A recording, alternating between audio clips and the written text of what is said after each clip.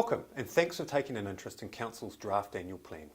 This short video aims to give you a quick overview of the plan, what it is, why it's important and how you can have your say on what Council plans to do in your street, your neighbourhood and your community over the next 12 months.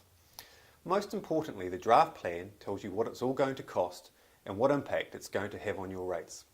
Helping me answer these questions is District Mayor Ross Patterson and Deputy Mayor Gwenda Merriman. Hi Ross and Gwenda, thanks for helping us out today. Ross, can you tell us a little bit about the draft plan and what it covers? Well, the draft plan is just a one-year snapshot. It is covering the financial aspect of the work program that we've got in place that we're continuing with now. And it has been drawn from both the stakeholders of the community, working with Council.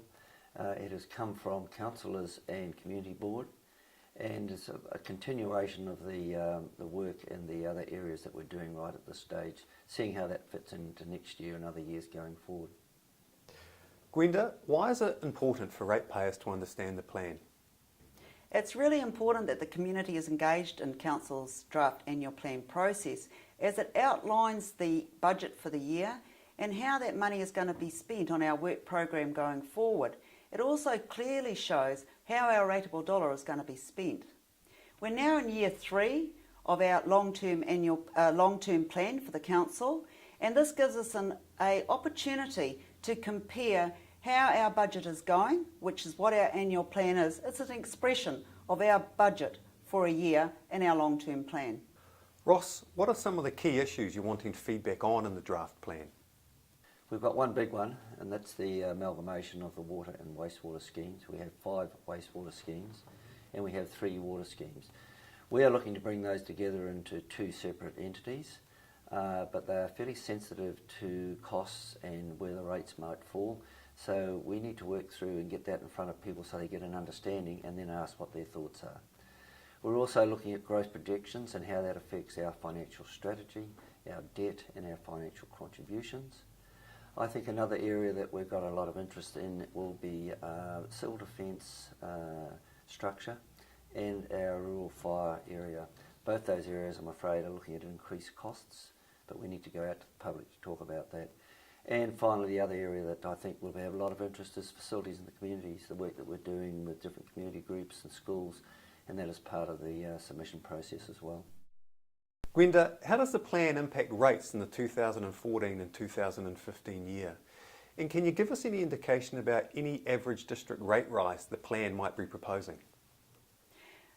During the annual plan process, the councillors are very aware of international and national trends and those variables going forward. And we always have the expression of prudency in any of our decision making going forward and how that can actually impact on our ratepayers for the future. So with that in mind, the Council is proposing a rate increase of around 4.7%, and this includes growth and inflation. Ross, when will residents be able to have their say on the draft plan and when will councillors be finalising it? We're hoping to make our draft finalisation in about the 20th of March, looking to put it out in the public arena over the period of April. We will also have public meetings out there in the communities throughout the district so that people can get a better understanding. That will be followed by a public submission process early in May, and we will be making our final decisions in early June, looking to ratify on the 26th of June for that incoming financial year starting on the 1st of July. Thanks very much for your time, Ross, and thanks, Gwenda. So that's the draft annual plan in a nutshell. If you're keen to find out more, please check out the draft annual plan section on this website.